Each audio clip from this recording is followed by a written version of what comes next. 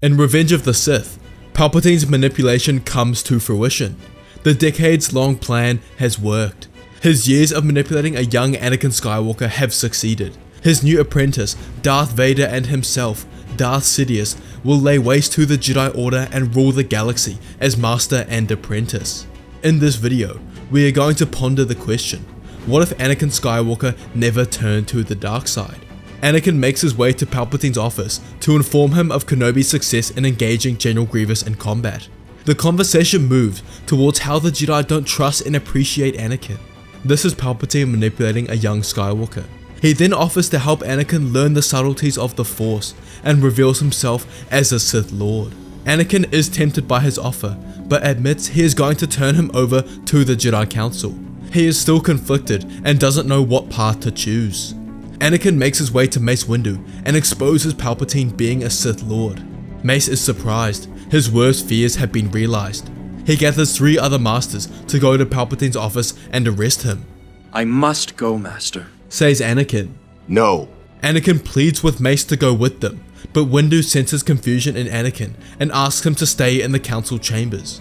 We know in the original timeline that Anakin doesn't stay in the council chambers, but makes his way to Palpatine's office and in his anger, strikes down Mace Windu and becomes Darth Vader. However, in this what if, Anakin will stay in the council chambers until Mace returns. Mace Windu, Kit Fisto, and 2 other masters make their way towards Sidious's office. In the name of the Galactic Senate of the Republic, you're under arrest, Chancellor. It's treason, then. The 5 engage in close-quarter lightsaber combat, with Sidious quickly disposing of 2 of the 4 masters. Only Mace and Fisto are left. Eventually, after a rigorous battle, Fisto and Windu ultimately get the upper hand on Sidious. Their fight is legendary, but ultimately the Jedi get the better of him. They disarm him and Windu, I am going to end this once and for all. cutting down Lord Sidious and ending the Sith once and for all. Windu and Fisto make their way to the council chambers to meet with Anakin. They have an emergency council meeting where Windu describes what has transpired. All the masters on the council are shocked. Mace continues to say, None of this was possible without Skywalker. I was wrong to not trust him. If everyone agrees, I say he has now earned the rank of master. No master objects to this. Anakin stands up and moves to the center of the chamber and is deemed a master of the Jedi Order. By the right of the Council, by the will of the Force, I dub thee Jedi Master of the Republic. The youngest in history, the Chosen One. With the death of Palpatine, Anakin in his mind has no way of saving Padme. With Padme's birth coming very soon, he must find another way to save her. When Obi-Wan returns, he seeks his counsel. He invites Obi-Wan to his home and reveals the truth. "Master, this might be a shock to you, but Padme and I are married, and I'm the father of her children." Obi-Wan is mildly shocked, but reveals that he knew all along, but chose to ignore it. He explains how this is against the Jedi Code, and he will be expelled by the Order. Obi-Wan lowers his tone, "Why are you telling me this now, Anakin?" who responds by explaining his nightmares of Padme dying in childbirth. "I've sought counsel from Yoda, but I cannot give up my attachment to Padme." Obi-Wan nods his head with his hand on his chin. "When was the last time you had this nightmare?" "Not for a week or so. Before or after Sidious's death?" He looks up straight at Obi-Wan, a look of sheer shock upon his face. Everything clicks in Anakin's mind. "That's how he knew when Palpatine revealed himself. He said he had the power to save Padme from certain death. I assumed he was powerful enough to sense what I was thinking, but no. He placed those dreams in my head to try and manipulate me. That's right. Padme is not in danger. She's going to be just fine." The 3 then discuss what to do next. Obi-Wan, being Anakin's closest friend, will not reveal his marriage to the Jedi Council, but encourages Anakin to come clean. Obi-Wan believes that because Anakin fulfilled his role as the Chosen One and saved the Jedi Order, they will exempt him and let him remain, similar to what they did with Darth Revan. "I will stand by your side, Anakin, when you reveal the truth." The 2 enter the council chambers, the last 2 to arrive. All the members are present following the end of the Clone War. Yoda speaks first. Skywalker, something to tell us, have you? Anakin looks Yoda directly in the eye and tells everyone the truth about his marriage all those years ago and about Padme's pregnancy. Troubling this news is. However, the chosen one you are. Defeated the Sith you did. Even through your attachment to Padme for all these years, you have been able to become a successful Jedi. Leave us and let us discuss. Anakin leaves and hours go by. He tries to sense what is being discussed in the council room, but to no success. Eventually he is invited back in. Debated we did. All agreed you can stay. We have. Obi-Wan was right. Anakin was pardoned and allowed to remain in the Jedi Order. Anakin goes home that night to celebrate with Padme, his wife. But as they're sitting down on their couch, Anakin senses a presence he hasn't felt in years. He turns around to see the Force ghost of his old master, Qui-Gon Jinn. Anakin, I am truly proud of you. You have not only fulfilled the prophecy, but you have also done so while remaining true to your heart.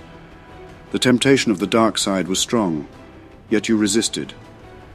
You've shown that a Jedi can have attachments, yet not be ruled by them. A lesson of immense value for the Jedi Order. Now that you are a master, you can make changes in the Order and pull them back to the old ways, away from self-righteousness and arrogance. I know you can do this, and if you ever need guidance, I will always be here. With that, Qui-Gon's Force ghost disappears. Anakin knows whenever he needs him, all he has to do is call out. He looks over to his wife, whose water has just broken, and the time has come. Padme successfully gives birth to twins, Luke and Leia, and the Skywalker family has begun. Ahsoka will eventually rejoin the Order after heavy persuasion from Anakin and a sincere apology from the Council. She will earn the rank of Jedi Knight and contemplates taking a Padawan of her own. Following Palpatine's death, Bail Organa is elected as Chancellor and the Republic flourishes. 10 years later, Luke and Leia will be the best prospects in the Jedi Order and have been promoted to Padawans. Luke would become the Padawan to Obi-Wan and Leia the Padawan to Ahsoka. One evening before Luke and Leia set off on their Padawan journey and leave the Skywalker household, they all meet for one last dinner. Anakin, Padme, Ahsoka, Obi-Wan and the twins are present. They discuss the peace the galaxy is experiencing following the extermination of the Sith. There are comments made about a rumor of Ahsoka's future promotion to Jedi Master, as well as Yoda's imminent retirement and Mace's takeover as Grand Master of the Order. Before they all set off on their new journeys, Anakin reveals that Luke and Leia will have another sibling.